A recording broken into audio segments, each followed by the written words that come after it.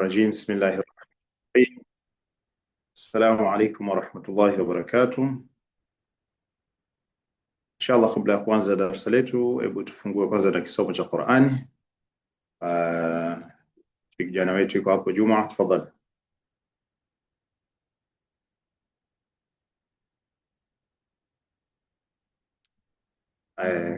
You need to unmute, ngoja. Yeah, unaweza ku unmute, yeah. السلام عليكم ورحمة الله وبركاته. وعليكم السلام ورحمة الله وبركاته. أعوذ بالله من الشيطان الرجيم. بسم الله الرحمن الرحيم.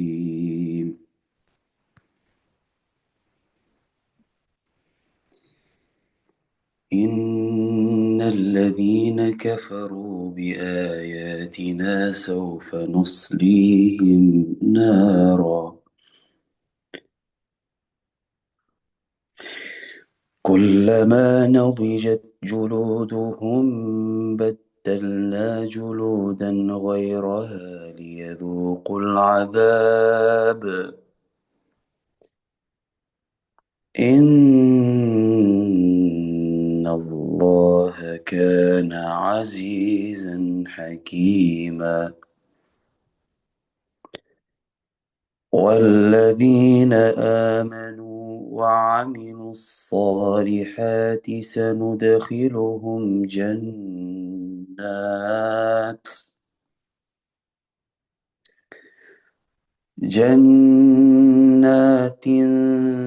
تجري من تحتها الأنهار خالدين فيها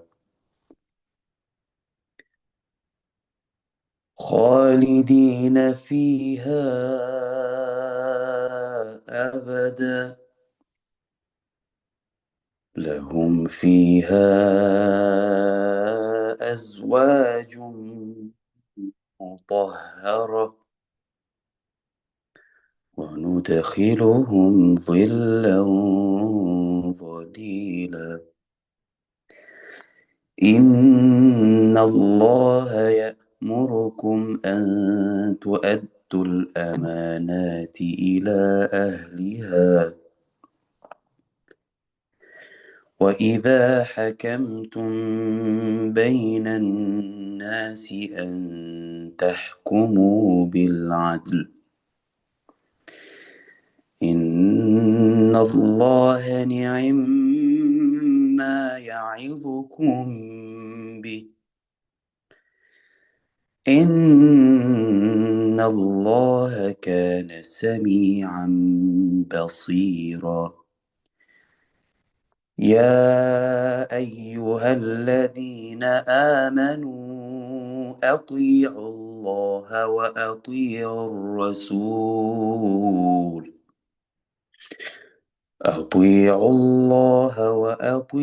الرسول وأولي الأمر منكم فإن تنازعتم في شيء فردوه إلى الله والرسول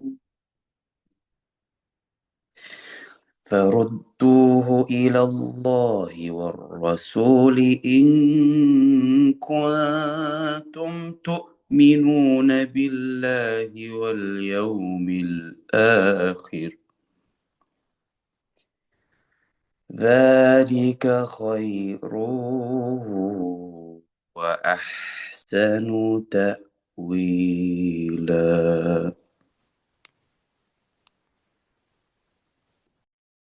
بارك الله فيك. إن الحمد لله نحمده ونستعينه ونستغفره ونؤمن به ونتوكل عليه. نعوذ بالله من شرور أنفسنا ومن سيئات أعمالنا. من يهده الله فلا مضل له ومن يضلل فلا هادي له. ثم أشهد أن لا إله إلا الله وحده لا شريك له وأشهد أن محمدا عبده ورسوله صلوات الله وسلامه عليه وعلى آله وأتباعه إلى يوم الدين. أما بعد. Tunamshukuru Allah subhanahu wa ta'ala na kumtukuza kwa kumjalia neema ya kuweza kuwa pamoja katika darasa letu la Qur'ani. Inshallah, kwa kutujalia tena kwa mara nyingine kukutana tena kwenye platform yetu hii, huku tukimwombea rehema na amani za Allah zimwendee kiongozi wetu, mtume wetu, mwalimu wetu, mfano mwema wa tabia njema na mahusiano kwetu. Ndugu zangu, nashukuru baada ya wiki kama 3 tulikuwa hatupo kwa dharura, na sasa inshallah tumerudi tena kwenye platform yetu ya kuzidi kuelimishana na kukumbushana. Tukimwomba Mwenyezi Mungu atujalie kuwa miongoni mwa wale waja wake wanaokumbushana na kusikiliza na kufuata yale yaliyokuwa mazuri. Tuombe Mwenyezi Mungu atupe ikhlas katika matendo yetu yote inshallah. Naam, leo tuna darsa, ni mada muhimu sana. Kabla ya kukumbusha darsa leo, hebu tukumbushe kwanza tarehe ya Kiislamu. Leo tuko tarehe 28 Dhulhijja. Tarehe 28 Dhulhijja ambayo ndio Jumapili ya mwisho ya mwaka huu wa Kiislamu wa 1447. 1447 ndio mwaka wa Kiislamu. Baada ya siku moja mbili tunamaliza mwaka huu na tunaanza mwaka mpya wa Kiislamu. Inshallah tunamwomba Mwenyezi Mungu atujalie yale yote mema ambayo tuliyofanya katika mwaka huu, tujalie kuweka katika mizani ya mema yetu, apokee ibada zetu na dua zetu zote tulizomuomba Mwenyezi Mungu, atujalie na kuweza samehe madhambi yetu makubwa na madogo na kasoro nyingi ambazo tunazo sisi kama waja wake. Mwenyezi Mungu tunakuomba maghfira, na hasa tunakuomba katika mwaka unayokuja tujalie tu waja wako wema zaidi ilivyokuwa mwaka uliopita. Atujalie Mwenyezi Mungu, atupe ikhlas katika matendo yetu. Kwa hiyo tunaingia katika mwaka mpya wa Kiislamu baada ya siku mawili tu ya mwezi wa Muharram ambao itakuwa mwaka wa 1448. Muislamu anatakiwa huwa tunapanga mipango yetu kutokana na kalenda za Kiislamu, kutokana na miezi ya Kiislamu, kutokana na yale misimu ambayo Mwenyezi Mungu ametupa. Kwa hiyo tumemaliza mwaka na tunaanza mwaka mpya. Inshallah tumuombe Mwenyezi Mungu atujalie kuwa waja wema zaidi ya vile tulivyokuwa katika mwaka uliopita inshallah. Na katika kuamalizia mwaka na kuanza mwaka, tunaingia katika mada hii ya darasa letu hili leo, na hakuna mada iliyokuwa muhimu sana kama mada ya kuboresha ndoa zetu, kuboresha mahusiano yetu baina yetu katika jamii, ili umma tuwe ni umma mmoja, umma wa mapendo, wa pamoja. Na ndoa ndio sehemu ya kwanza ya ujenzi wa familia, ndio sehemu ya ujenzi wa jamii, na ndio sehemu kubwa ya ujenzi wa umma, ndio asili kabisa. Kwa hiyo inshallah leo tutagusia katika mada yetu ile au theme yetu ya ujenzi wa familia na jamii bora. Leo tunagusia jambo muhimu sana, jambo ambalo tunalisikia sana kwa wanasaikolojia wa kimagharibi. Mara nyingi mnaona mengi sana tunayaona watu hasa katika nchi zetu za Ulaya, haya mambo ya anxiety na stress na depression na mental health yamekuwa ni mengi sana, hasa kwa vijana wa Kiislamu. Subhanallah, tunaona katika practice zetu za ruqya au za counseling, vijana wengi wanakuja na matatizo, wanakuja kuona kwamba ni matatizo ya mental health, hasa kuanzia umri wa miaka 13 mpaka kuendelea. Kwa hiyo haya inakuwa ni mambo yanatuhusu sana, ya kuweza kuchunguza zaidi, tutizame ni tatizo gani, na mengi tunayakuta yanaanzia kwenye chimbuko, ni kwenye ndoa. Kwa leo inshallah tuna kitu ambacho wana saikolojia wanaita emotional intelligence. Katika Kiswahili wanaifasiri kwamba ni akili ya kihisia. Hii akili ya kihisia imeonekana sana kwa wana saikolojia, na sisi katika Uislamu vile vile tumeona ni ufunguo muhimu sana katika kuboresha mahusiano yetu na kuboresha ndoa zetu. Katika Kiarabu wanaita adh-dhaka'ul 'atifi, yani akili ya kihisia. Mwanadamu tunamjua mwanadamu sio tu mwili ambao tunaona body, lakini mwanadamu vile vile ni ruh. Mwanadamu ana roho, mwanadamu ana moyo, mwanadamu, vyote hivi ni maunganisho ya mwanadamu. Wanasaikolojia au wasiokuwa Waislamu wenyewe, mwanadamu ni body na soul. Wanasema ni mwili tu na roho, basi yameishia hapo. Lakini sisi katika Uislamu tunaenda zaidi, tunasema ni mwili naam kama mwanadamu, lakini vile kuna ruh, lakini vile vile kuna spirit, kuna ile hisia, kuna vile vile za spiritual, yani imani yako na alaka, uhusiano wako wewe na Allah subhanahu wa ta'ala. Kwa hiyo psychology mbili hizi ya Kiislamu na hizi zote zinakutana pamoja, lakini sana ukipata faida utaona faida nzuri zaidi kama ukiipeleka kwenye upande wa Kiislamu. Sasa leo tunagusia upande wa mahusiano ya ndoa, lakini vile vile mahusiano ya katika jamii.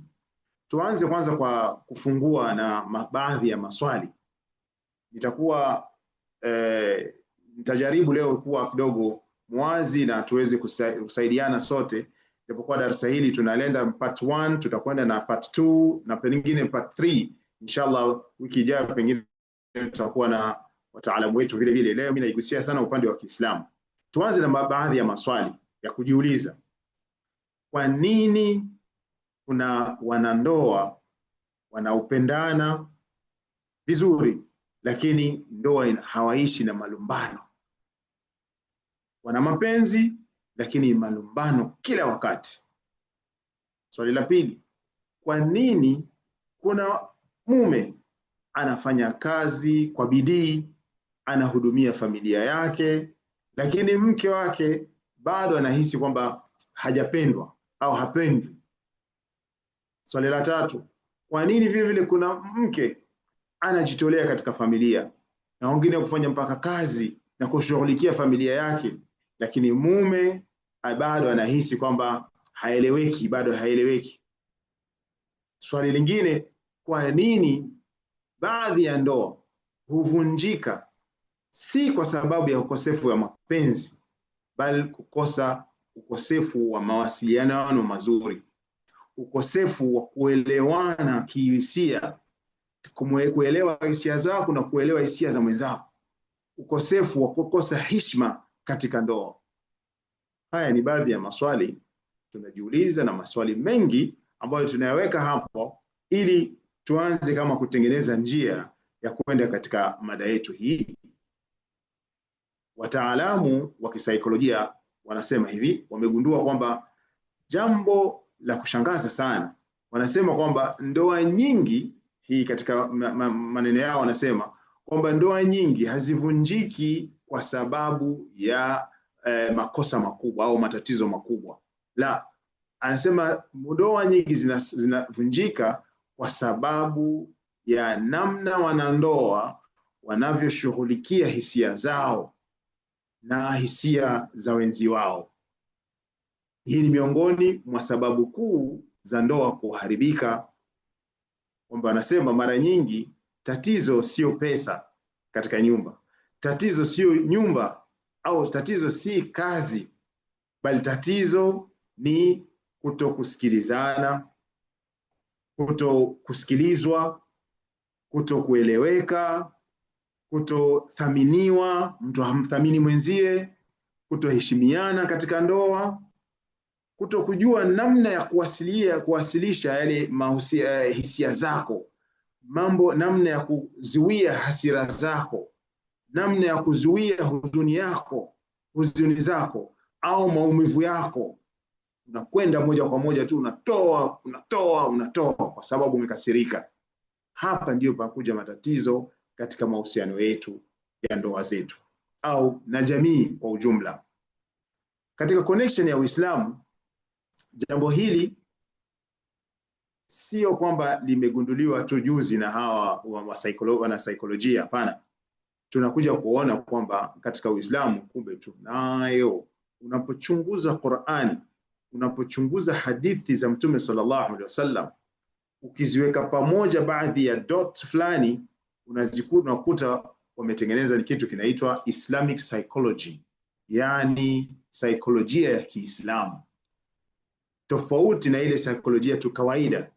Zile concept ambazo zilikuwa zinafundishwa tunachukua kuweza kumbe Mtume sallallahu alaihi wasallam sisi tunazo zaidi ya miaka 1400.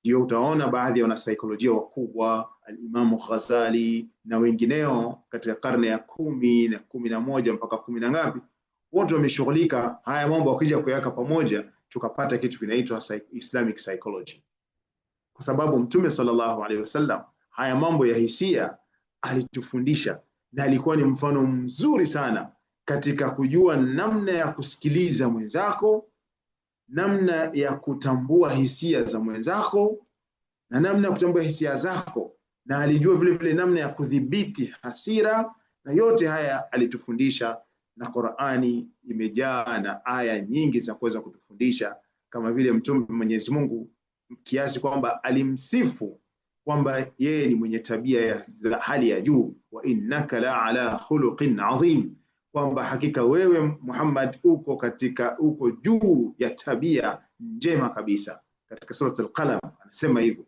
Lakini aya hii ukiisoma tu haraka haraka, lakini ukitafakari na kuzingatia, utaona ni msingi mkubwa pale Mwenyezi Mungu kuhusu mambo ya akili ya kihisia, na ni sehemu ya khuluq au akhlaq, tabia tukufu ambayo Mtume sallallahu alaihi wasallam Mwenyezi Mungu alimsifu nayo mtume wetu Muhammad sallallahu alaihi wasallam.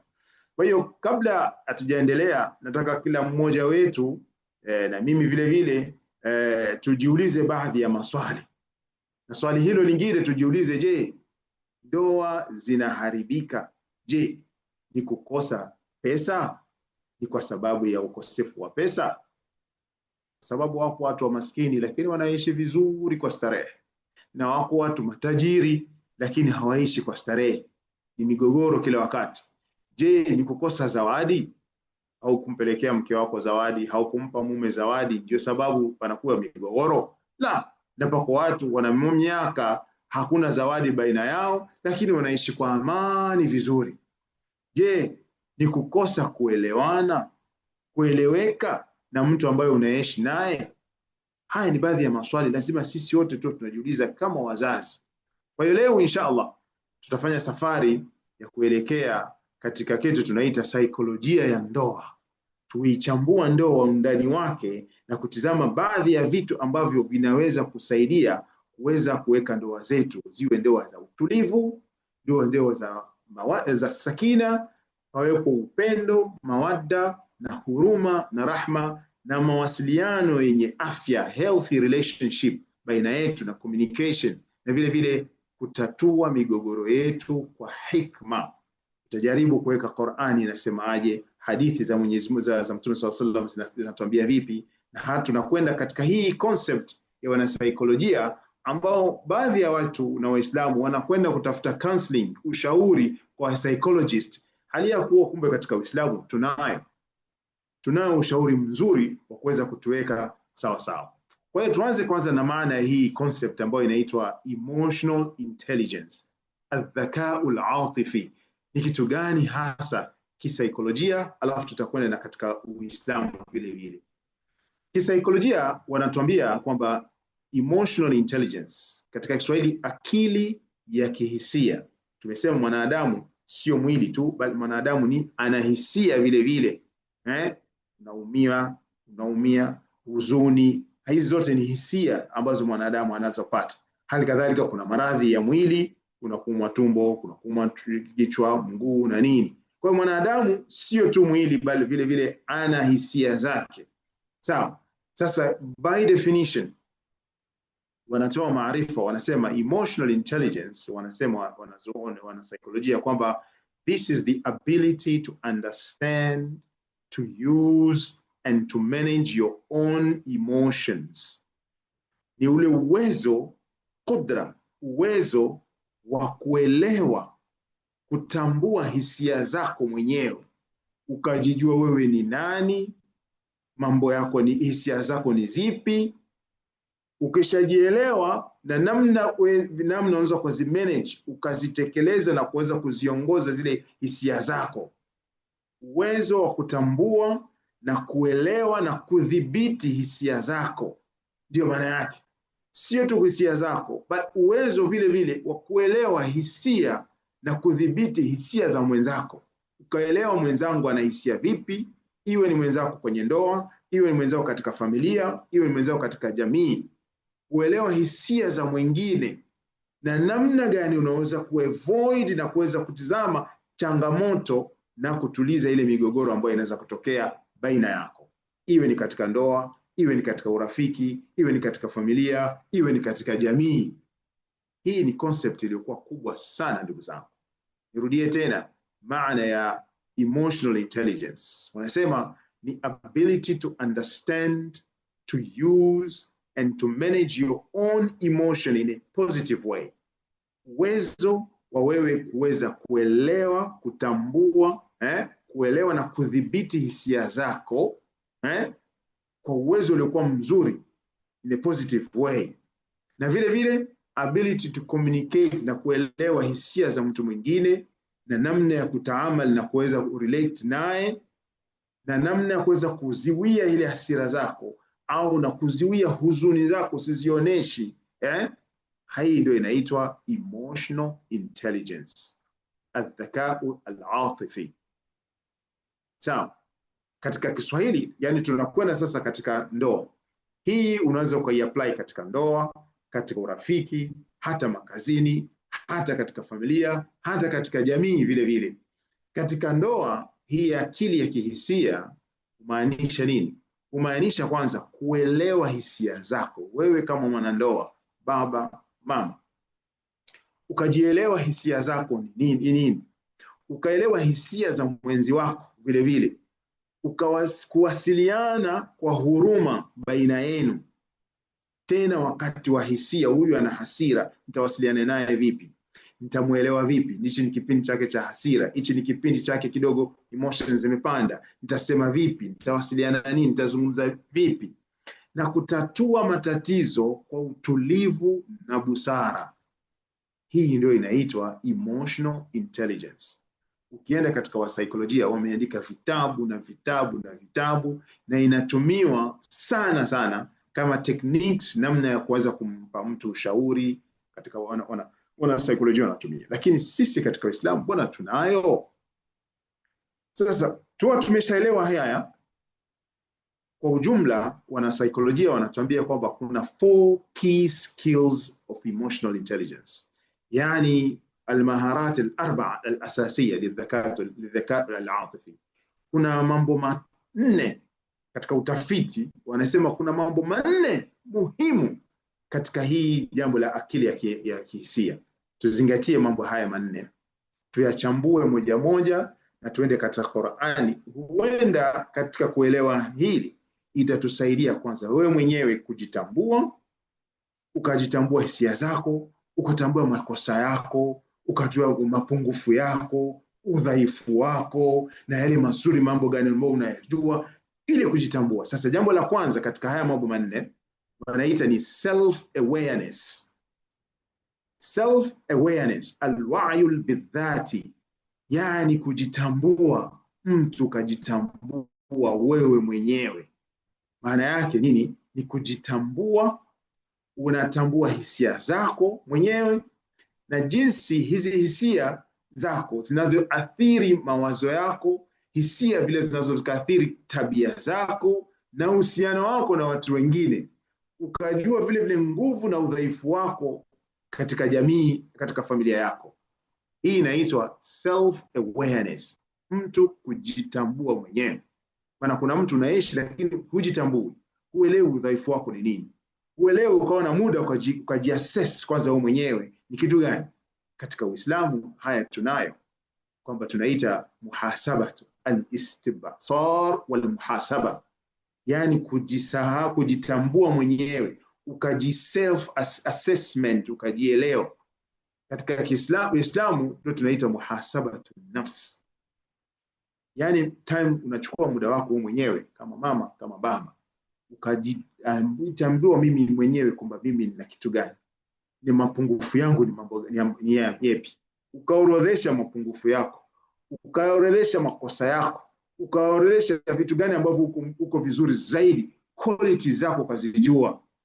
Hii ndio inaitwa muhasabatu nafs. Na katika Uislamu Mwenyezi Mungu anatuambia balil insanu ala nafsihi basira, katika sura al-Qiyama.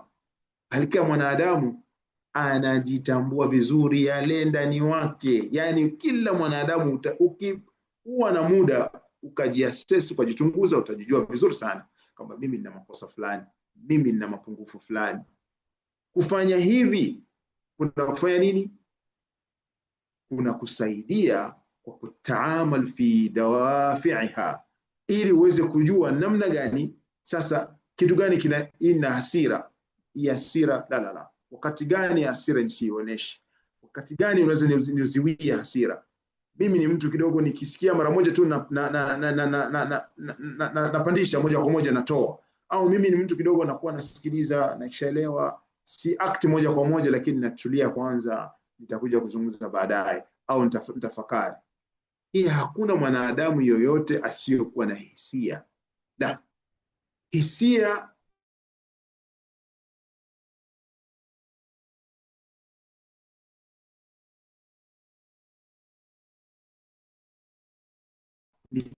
nikaziweka sawa. Hata Mtume sallallahu alaihi wasallam alikuwa na hisia. Alikufa mwanae Ibrahim. Alipokufa mwanae, watu walimuona Mtume analia. Watu wakashangaa, analia Mtume, ya Rabb. Mtume sallallahu alaihi wasallam akasema kwamba innal aina tadma, hakika macho yanatoa machozi, wal qalbu yahzan, na moyo unahuzunika. Lazima nipate huzuni kama mwanadamu. Wala naqulu illa ma yarda rabbuna, hatuwezi kusema isipokuwa yale ambayo yanamridhisha Mola wetu. Yani katika hali ya huzuni, katika hali ya hasira, katika hali sijui ya stress, katika hali ya anxiety, tamu ya kutulia ili utafute neno gani nitasema, kitu gani nitafanya. Hili inaitwa self awareness, kujitambua. Nitarudi tena katika hili baadaye, lakini kwenye jambo la pili katika hii akili ya kihisia. Jambo la pili, jijua hisia zako. Ukishajua mapungufu yako na quality zako vizuri, kuna kitu kinaitwa self management, idaratu dhati. Sasa kujimanage wewe, kujisimamia sasa mwenyewe. Nimeshajielewa, nimeshajijua. Mimi mama niko na hasira, mimi mama nakuwa kidogo na subira, mimi mama kidogo nakuwa sina subira, au mimi baba bana nakuwa mkali na foka ovyo ovyo. Ukishajielewa, self management, namna uwezo wa kudhibiti hisia na tabia zisizotarajiwa. Kama hauna hili, basi wewe utakuwa ni mtu sehemu zote utafoka utadini, kwa sababu bana mimi ndio na hasira bana, mimi kazi yangu nakuwa na hasira bana. Kuna mtu anajisifu kabisa, mimi nakuwa hapa sio na subira mimi. Hapana. Self management inakusaidia kudhibiti hisia zako na tabia ambazo hazitarajiwi katika sehemu fulani. Kudhibiti zile hisia zako kwa njia nzuri, njia yenye afya sawa sawa, sio kwa njia ambayo ilikuwa mbaya kwa sababu utaeleweka vibaya. Unaweza kuwa uko right lakini ukaeleweka vibaya. Kuchukua hatua gani naweza nikachukua na kutekeleza vitu ili nisieleweke vibaya na watu. Hiyo ndio inaitwa self management. Hata katika Uislamu tunayo hayo. Katika mandhuru al-Islam kuna kitu kinaitwa kadhmul ghayz, kuweza kuziwia zile hasira. Maana nimekosewa na mtu fulani, amenichukiza mtu fulani, lakini nifanyaje? Niripuke? La. Niwe na subira? Naam. Na Mwenyezi Mungu amewasifu watu kama hao, anasema wal kadhimina al-ghayz wal afina 'anil nas wallahu yuhibbul muhsinin. Anawasifu watu wenye kuziwia hasira zao. Amekosewa, amewekwa katika situation ambayo lazima apate ghadhabu, lakini akajiziwia. Sio tu kujiziwia, wala afina 'anil nas, hebu nimsamehe huyo. Mke kanitukana, mke katomboka, mke kasema mambo mabaya, lakini naziwia hasira yangu. Mume kafanya hivi, naziwia hasira yangu.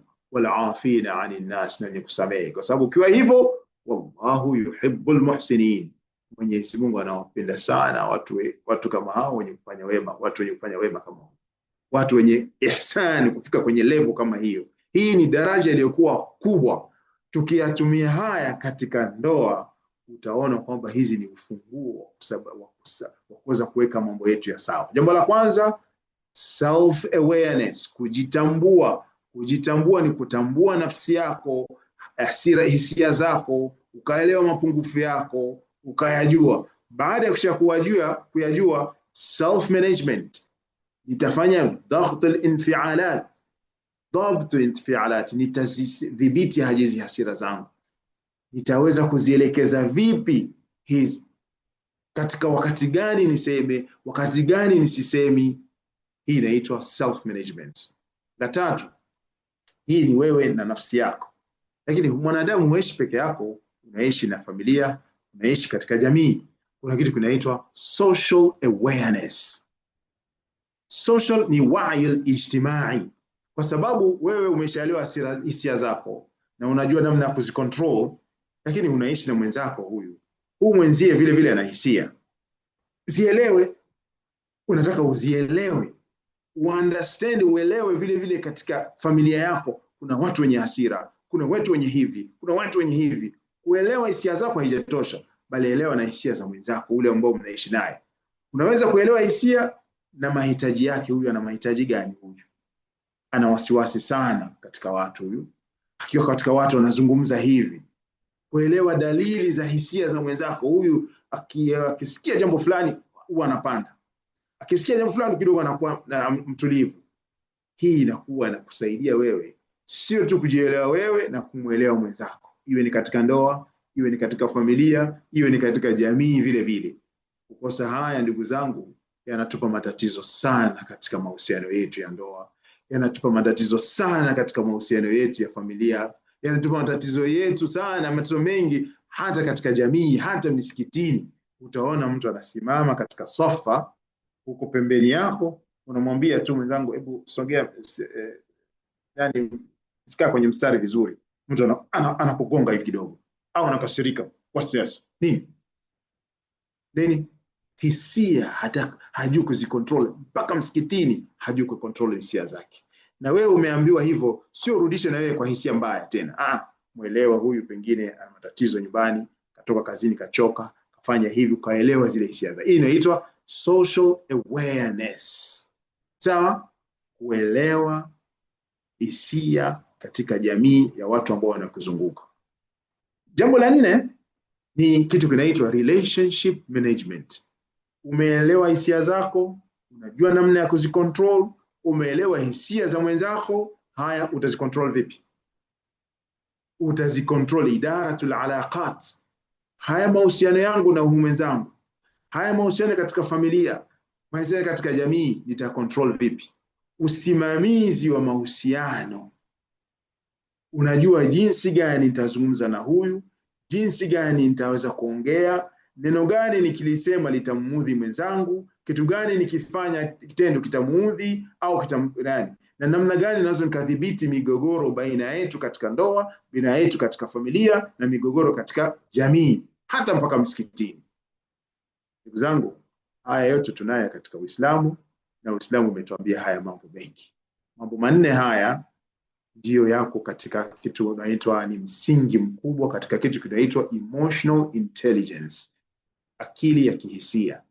Nirudie tena, jambo la kwanza ni self awareness, kujitambua mwenyewe, ukajua hisia zako, ukajua mapungufu yako, ukajua qualities zako, ukajua vitendo vyangu vinakuwa, ukajielewa. Kujielewa kwako kuna kusaidia ujue namna gani unaenda kwa. Ya pili, self management. Namna gani nitaweza kudhibiti hisia zangu, hasira zangu, huzuni zangu, stress zangu na nini. Ile la pili. Na la tatu, lakini lazima ujue mwingine ambao unaishi naye, self awareness, social awareness. Kutambua wale watu ambao wanakuzunguka, hisia zao, mazuri yao, mabaya yao, mapungufu yao, yatakusaidia sana kujua namna gani nitamuelewa huyu mwenzangu.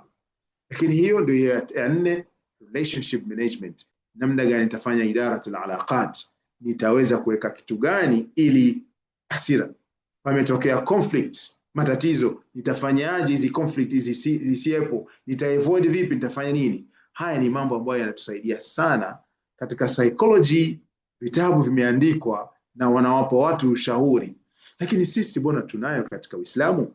Kwa hiyo katika haya mambo yote tumezungumza katika Uislamu, kuna nadharia yote hii tunayo. Tuna kitu tunaitwa tazkiyatun nafs, usafishaji wa nafsi yako, kutakasa nafsi yako.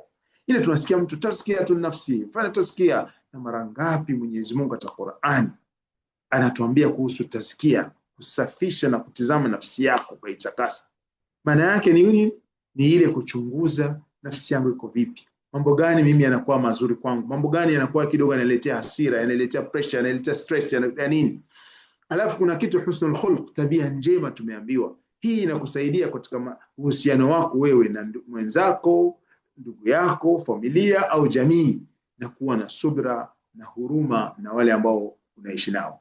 Sasa katika utafiti wa watu wana psychology wanasema kwamba hii relationship management wamekuta kwamba ina mahusiano makubwa, kwamba ukiwa na hii akili ya kihisia ikizidi zaidi, uelewa wako wa hisia zako na namna ya kudhibiti na hisia za wengine na namna ya kudhibiti, basi the more inakuwa kubwa, the more inaleta marital satisfaction, inaleta ndoa ambayo yenye kuwa na uimara katika ndoa na maridhiano katika ndoa yanakuwa. Lakini wanasema vile vile kwamba the less akili yako ya kihisia ikiwa chini, yani the more wewe hujielewi vizuri, hujitambui, ukajua hisia zako na ukajua namna ya kuzimanage, hujui hisia za mwenzako, hii inasababisha migogoro mingi sana katika ndoa. Sawa, je, swali linakuja, unadhani kwamba changamoto kubwa katika ndoa ni ipi ndugu yangu? Baada ya kushakuelewa haya, changamoto kubwa katika ndoa ni ipi? Kutokuelewana? Ni hasira? Ni mawasiliano mabaya? Ni kukosa huruma? Naam, haya mambo yote yapo katika ndoa na tunaona vile yanatuathiri sana tena sana katika ndoa zetu. Subhanallah, Mwenyezi Mungu atujalie uko miongoni mwa wale ambao wanasikiliza maneno yake na kuyafuata na kuyazingatia. Aya za Qur'ani ni nyingi, hadithi ni nyingi. Tunatakiwa kuzielewa na kuziweka vizuri na namna ya kuzitumia katika ndoa zetu, katika mahusiano yetu ya ndoa na familia na jamii. Leo utaona familia vile zimechafuka, zimeharibika. Hali ya kuwa tunaambiwa kwamba familia ndio sehemu kubwa, na mtu siwi katika watu wenye kukata familia, lakini familia zimechafuka kiasi kikubwa. Lakini huku tunaswali msikitini, tunajazana msikitini. Ramadhani tunafunga, vizuri tunafunga. Ramadhani umeshafunga Ramadhani 20, 30 unafunga. Swala 5 salawat kila siku na swali. Lakini unakuta hivi vitu havitusaidii katika kuboresha ndoa zetu za ndani, kuelewana baina mke na mume. Vitu vidogo vidogo tu visiokuwa na nani vinaripuka mpaka watu wanafika kuachana. Kukosa kuelewa hisia zako, kukosa kuelewa hisia za mwenzako, kukosa kujua namna ya kumanage hisia zako, kukosa kujua namna ya kumuelewa huyu ana hisia za hivi, hebu ni retreat kidogo, hebu ni kubani kidogo, kukosa kuwa na huruma, kukosa kuwa na subira. Haya ni mambo ambayo yanatuathiri sana tena kwa kiasi iliyokuwa kubwa. Mara nyingi utakuta sababu zimejaa katika ndoa na katika familia, hata katika jamii, ni kukosa kusikilizana. Communication ile, mtu amesema neno, unalikamata, no, kwa nini umesema hivi? Husnu dhanna, hauna kumdhania mwenzako kwanza jambo lizuri. Huna, amesema tu umempeleka namna nyingine. Nini? Uelewi hisia zako, uelewi hisia za mwenzako.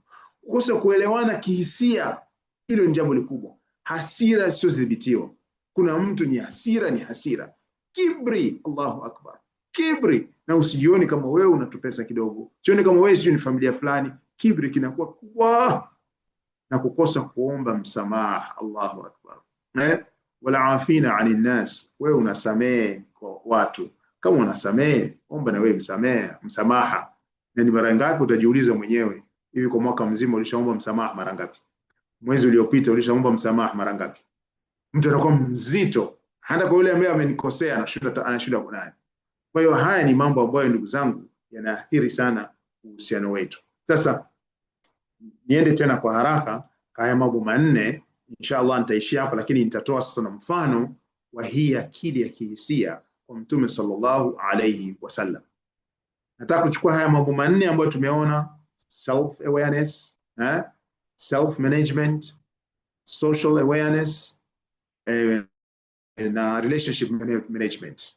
Ile kujitambua mwenyewe, kutambua hisia zako, kujua namna ya kujidhibiti na kuzicontrol, na kujua kutambua hisia za mwingine na namna gani ya kuweza kuleta mahusiano mazuri. Twende moja moja tuziapply katika ndoa, kwa sababu hapa ni ujenzi wa ndoa na ujenzi wa familia. Twende kwenye moja moja haraka haraka, alafu twende tumalizie, na nitawapa nafasi vile vile na nyinyi kuweza kuleta mchango wenu, kwa sababu ni mambo yanatuhusu sisi wote. Self awareness tumesema ili kujitambua. Tunaitia sasa katika ndoa. Namna gani kujifahamu kusaidia katika ndoa? Ili kujifahamu kuna kusaidia nini wewe katika ndoa yako? Kujitambua ni kutambua hisia zako, kutambua sababu za hasira zako. Unaweza kuwa na hasira, hakuna mtu asiyokuwa na hasira. La, tuseme kama mtu asipate hasira, la, unaweza kupata hasira. Lakini sababu, kutambua sababu za hasira zako ni zipi? Tambua hizo. Tambua vile udhaifu wako.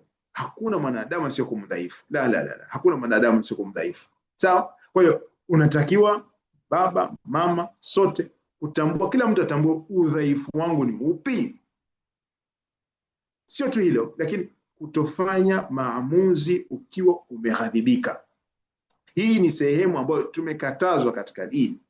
Subhanallah, mpaka Mtume sallallahu alayhi wasallam unapokuwa umeghadhibika, una hasira, change position. Ulikuwa umekaa, basi simama. Ulikuwa unasimama, kaa. Ulikuwa unakaa, basi hebu jinyoshe, ili hasira zi cool down, kwa sababu kwenye brain kuna moto unawaka na sheitani anachochea ile moto ili uweze kuact, ili uweze kufanya kitendo. Sasa tumeambiwa Mtume sallallahu alayhi wasallam, na Qur'ani imesema wal-kadhimina al-ghayz, wenye kudhibiti zile hasira. Sasa kutokuwa na maamuzi wakati wa hasira. Kuna ndoa na talaka zinatoka wakati wa hasira. Toka kabisa talaka. Mtu anazitoa 10, zaidi ya 10 talaka. Subhanallah. Kwa hiyo hiyo ni mfano mzuri wa kutambua hisia zako katika nani. Badala ya ukasema mke wangu umenikasirikisha, una adhabu, ukasema hivyo. Kuna mtu anasema umenikasirikisha sana, umeniudhi sana. Kabla ya kusema hivyo, wewe jiulize, kwa nini jambo hili limeniumiza kiasi hiki? Kabla ya kuanza kumlaumu mwenzako. Mume wangu umenikasirikisha sana, nimekasirika sana. Kabla ya kusema hivyo, jiulize, kwa nini jambo hili limenikasirikisha kiasi hichi? Ukatafakari mwenyewe, ukakaa na muda, na huku ukamkumbuka Mwenyezi Mungu, alafu ukatizama ili jambo nikisema litakuwa aje. Hebu nene mtawadhe. Paka Mtume sallallahu alayhi wasallam, hebu chukua udhu, punguza ile hasira. Allahu Akbar. Unaona, self management, self awareness, ili uje jambo gani limeumiza, ni jambo fulani kweli, ni jambo ikiwepo tu mimi nakuwa na hasira. Au amechelewa kufika nyumbani, basi huwa na hasira. Au sijui anazungumza na kwenye simu, ile simu simjui ni nani, huwa na hasira. Sasa unajiuliza kwanza, jambo gani? Na unajiuliza ni mara ngapi tunajichunguza kabla ya kumlaumu mwenzi wako? Mara ngapi unajichunguza kwanza kabla ya kumlaumu mwenzako? Hatuoni kama tukifanya hivi, self awareness itatusaidia si tu kwenye ndoa, bali kwenye familia, kwenye jamii, kwenye mikutano yetu, mpaka misikitini. Hatujaona watu wanagombana msikitini jamani? Ramadhani nimeona watu wanagombana msikitini. Katika Ramadhani. Kwenye jambo lidogo tu, kapaki gari vibaya, kaambiwa bana yule paki, anapandisha hapo. Kwenye Ramadhani, subhanallah. Nini? Kukosa kuelewa hasira, hisia. Kukosa kuelewa kwanza, kajiuliza, hii hasira hii ni dhihirishe hapa au sio maeneo ya kudhihirisha? Nini? Kukosa kuelewa. Hilo ni la kwanza. La pili, self management, ile kudhibiti hisia zako katika ndoa. Uislamu unatufundisha nini kuhusu kudhibiti hasira? Uislamu vizuri, tumesema ile aya walikadhimina alghayb, wanaozuia hasira zao na kuwasamehe watu. Hiyo Mwenyezi Mungu anatuambia katika Qur'ani, anatuambia Mtume SAW anasema mwenye nguvu, vile tunasema ukiwa na hasira unajihisi kama una nguvu, unasema, unatomboka, unatukana. Sasa mwenye nguvu si yule anayewashinda watu kwa nguvu za kuangusha watu, shadid bisura, sio yule mwenye kuangusha watu, piga na watu na nini akawaangusha, la, lakini na shadid ule mwenye nguvu walladhi yamlik nafsahu 'inda al-ghadab, yule mwenye kumiliki nafsi yake wakati wa hasira. Ukiweza hivyo ndugu yangu, una nguvu. Ukiweza hivyo mwanamama, wewe una nguvu. Ukiweza hivyo mwana baba, basi una nguvu. Kwa mambo yanaharibu ndoa katika hili la self management ni kwanza kukosa heshima. Mtu anatoa matusi, mtu kufoka katika ndoa, kunyanyua sauti, iwe ni mama iwe ni baba, mpaka watoto wanakuwa wanasikia. Kutozungumza kwa siku, unakaa nyingi, wengine wanakaa hawazungumzi wiki nzima, hawasemi, mwezi hawasemi, mpaka na watoto wanahisi kama mama na baba hapa hawasemi hao. Baba anamtuma mtoto amletee kitu, mama anamtuma mtoto amletee kile kitu, na baba yuko hapo karibu kulipiza kisasi. Wewe umefanya hivi na mimi nafanya hivi. Allahu Akbar. Swali la kujiuliza ndugu zangu, je, hasira ndiyo inayoharibu ndoa nyingi kuliko tatizo lenyewe? Hasira ndio inaharibu ndoa nyingi kuliko tatizo lenyewe? Tazama tatizo, sieni kwanza kwenye hii hasira.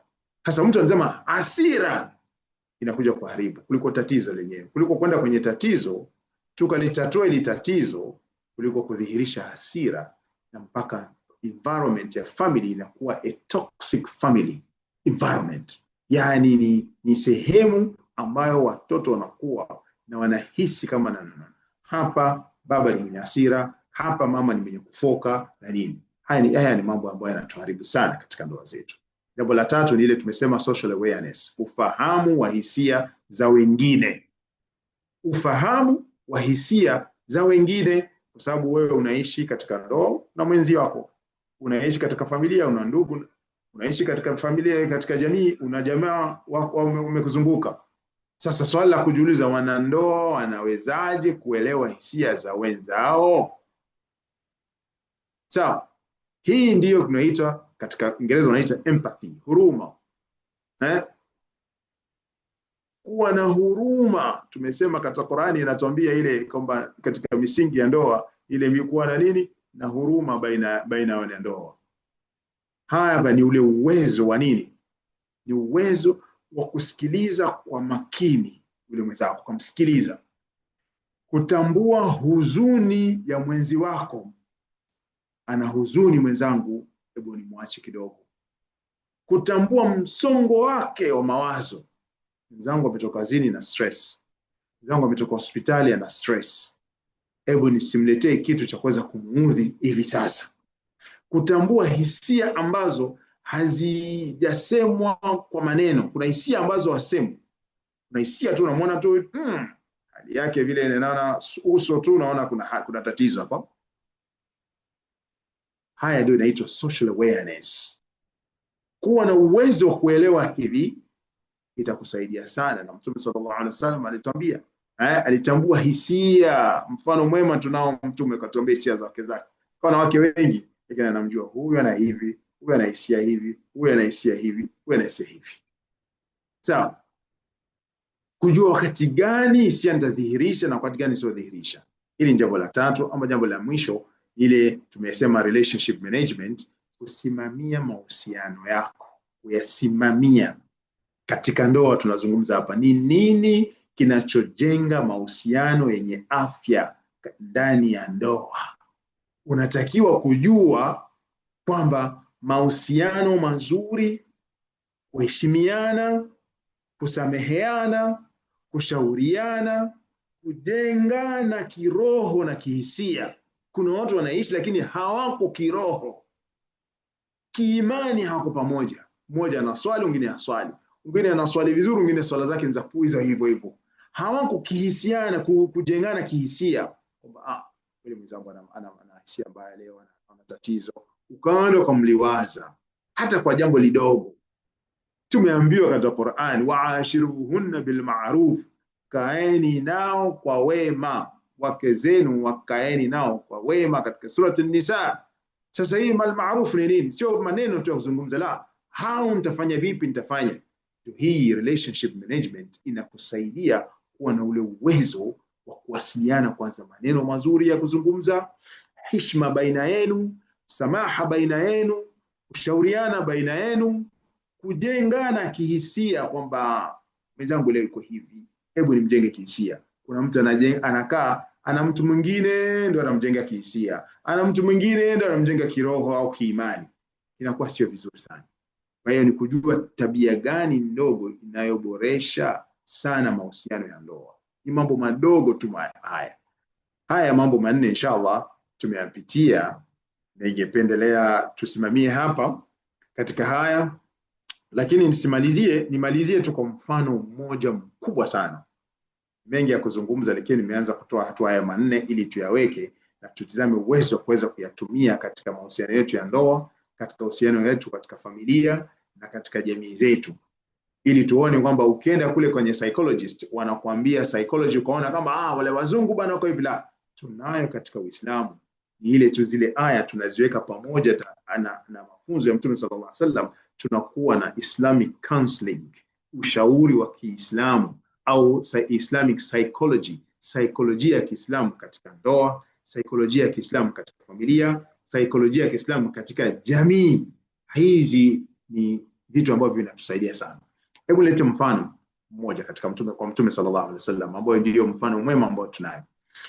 Sijui kama mnakumbuka kuna tukio lilitokea siku moja Mtume sallallahu alaihi wasallam na wageni kwake, baadhi ya masahaba, alafu patokea tukio ambalo inaitwa sahani na mke wake Aisha radhiallahu anha alichukua sahani na kalivunja mbele za watu.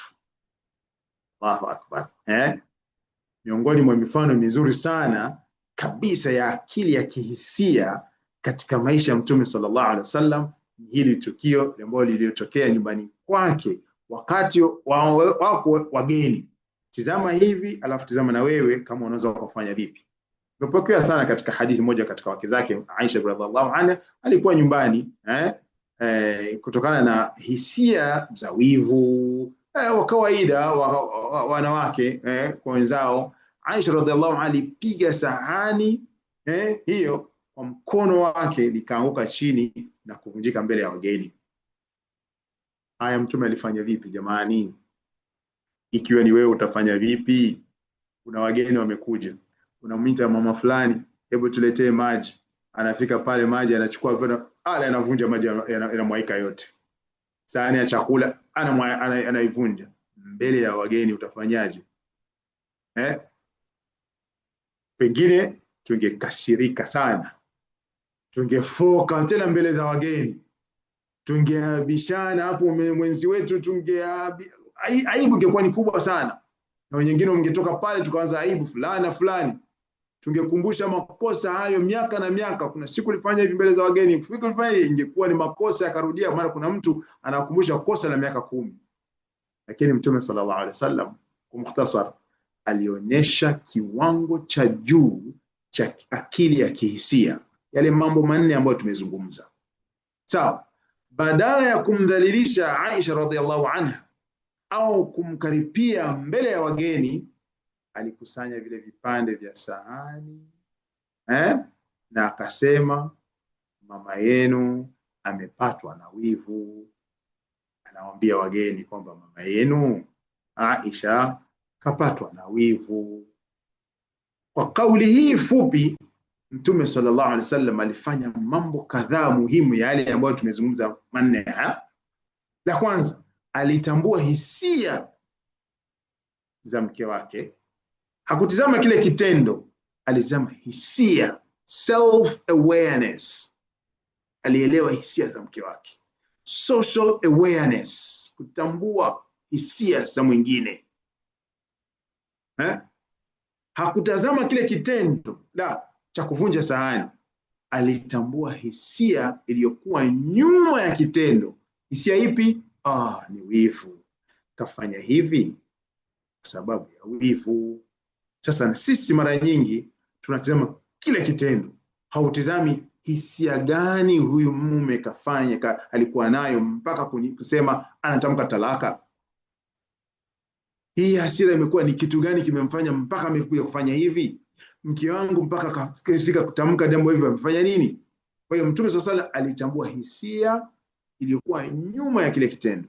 Alielewa kwamba wakati mwingine watu wanafanya makosa si kwa sababu ya wabaya wako ni wabaya, la, bali kwa sababu wamelemewa na hisia. Kuna mtu hisia zimejaa sana, anaripuka. Jambo la kwanza alifanya hilo. Jambo la pili, Mtume SAW alidhibiti hisia zake mwenyewe, hakukasirika, hafanya nini? Self management. Alijitambua hisia, akajua namna gani nitadhibiti hisia zangu. Kuvunjiwa sahani mbele ya wageni ni jambo linaweza la huzuni sana, ningemkasirikisha mtu yeyote ule, angekasirika. Mtume sallallahu alaihi wasallam hakuruhusu hasira zimtawale, aliendelea kuwa mtulivu na mwenye busara. Self management. La tatu,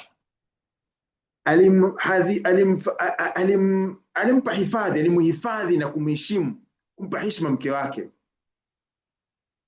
hapo tunasema relationship management. Hakumfedhesha mbele za watu kwamba ona wewe umefanya hivi Aisha, wewe umefanya hivi, la, alimpa heshima. Hakumtukana, hakumdhalilisha, alitambua kwamba kuharibu heshima ya mwenzi wako mbele za watu utaleta majeraha makubwa ndani ya nafsi yake, na inaweza kufikia mpaka ndoa kuharibika. So, relationship management, kuelewa namna gani nitakufanya relationship hapa, nitadhibiti ili jambo kivipi. Kwa hiyo Mtume SAW alitatua tatizo hilo bila kuharibu mahusiano yake katika ndoa yake. Allahu Akbar. Atuone kama ni mfano mkubwa huu sana. Haya ni mafunzo kwenye wanandoa. Tukio kama hili linatufundisha kwamba akili ya kihisia, emotional intelligence, si kutukasirikisha kabisa, la. Ni ule uwezo wa mimi na wewe katika ndoa, katika familia, katika jamii, kutambua hisia zetu na hisia za wengine, kuelewa sababu ya makosa kuliko kutizama lile kosa lenyewe limetendeka, kudhibiti hisia zako mwenyewe na kuchagua majibu yanayojenga mahusiano kuliko majibu yanayobomoa mahusiano. Haya kwa ufupi, ndugu zangu, ndiyo machache ambayo nimeleta ili itusaidie sote katika kutengeneza ndoa zetu na familia zetu na jamii yetu, kuijenga ndoa zetu kwenye takwa, kwenye huruma na mahusiano mazuri, insha Allah. Nafikiri niachie hapa katika haya, yanatosha kwa leo. Insha Allah, kama kuna maswali yoyote kuhusu haya tumezungumza, na tegemea kwamba haya mambo manne yameeleweka vizuri, na tumombe Mwenyezi Mungu atujalie tuyatekeleze katika ndoa zetu, katika familia zetu, katika jamii zetu, ili kuweza kupata yale rehma na fadhila za Allah subhanahu wa ta'ala. Assalamu alaikum wa rahmatullahi wa barakatuh. Kama kuna swali lolote kuhusu haya tumezungumza, inshallah nakaribisha, au comment vile vile, kama una comment ambao unataka kuongeza ya zaidi, inshallah unakaribishwa vile vile. Lakini vile vile nikumbushe, pengine inshallah next week tutaendelea tena na part 2 ambayo maofti Khadija na ofti Salma nafikiri watakuwa na watashirika na sisi pamoja katika kupanua zaidi haya ambayo tumezungumza, inshallah. Naam, karibuni.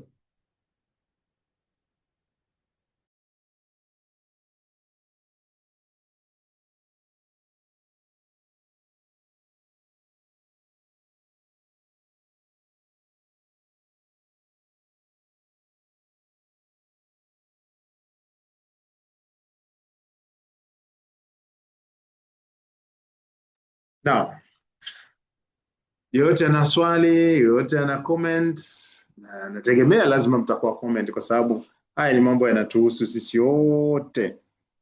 Kwa hiyo usiwi na hofu kuuliza au kuleta fikra katika haya ambayo tumezungumza, kwa sababu yanatuhusu, yanahusu kila nyumba, wala sio kwamba nuzaki nafsi au uzaki nafsi kwamba sisi tunayozungumza kwamba hatumo kwa haya hayatuhusu. La, haya tunayazungumza yanamhusu kila yeyote aliyoko katika ndoa, kwa sababu sote tuna hisia. Naam.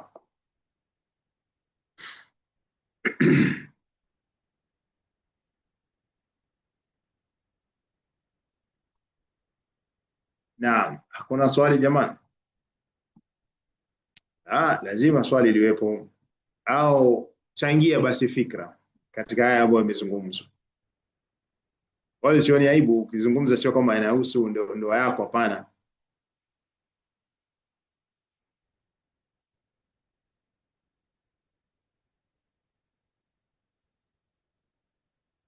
Naam. Na malakhi hapa anazungumza kwenye message, anasema asante sana Sheikh wetu mpendwa, this is very beneficial to all of us. Anasema haya ni mafunzo mazuri kwa kwetu sisi wote. Yes, honest. Message.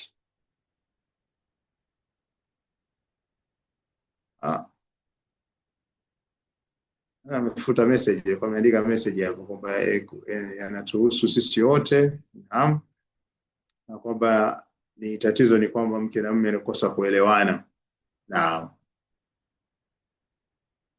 Natumai hii akili ya kihisia, emotional intelligence, ukikaa ukatafakari, itakusaidia wewe kwanza kwenye personal level yako mwenyewe, kama vile itasaidia katika kujenga ndoa yako, itasaidia vile katika kujenga mahusiano yako na familia yako na katika jamii vile, kwa sababu haya yakikosekana yanatuletea matatizo makubwa sana.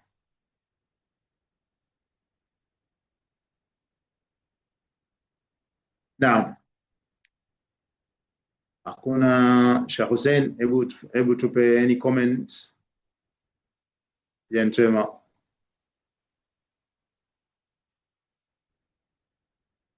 Al-Ukhti Sheikh Hussein uko hapa, ya al-Akh Hussein, Ukhti Khalida, hebu tupe comment yote hapa kuhusu hili jambo. Tunakwenda na tunapeleka watoto wetu kwenye counseling, psychologist na nini, wanavyoambiwa wanapelekwa kwenye step kama hizi ambazo tumezungumza hapa. Lakini haya sisi tunayo katika Uislamu, na ndio tumejaribu kuyaweka pamoja ili kuweza kuyaonesha kwamba tunayo katika Uislamu, na ndio haya yanazungumzwa.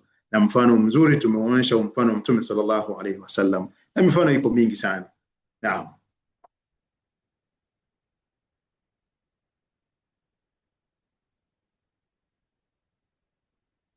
Naam.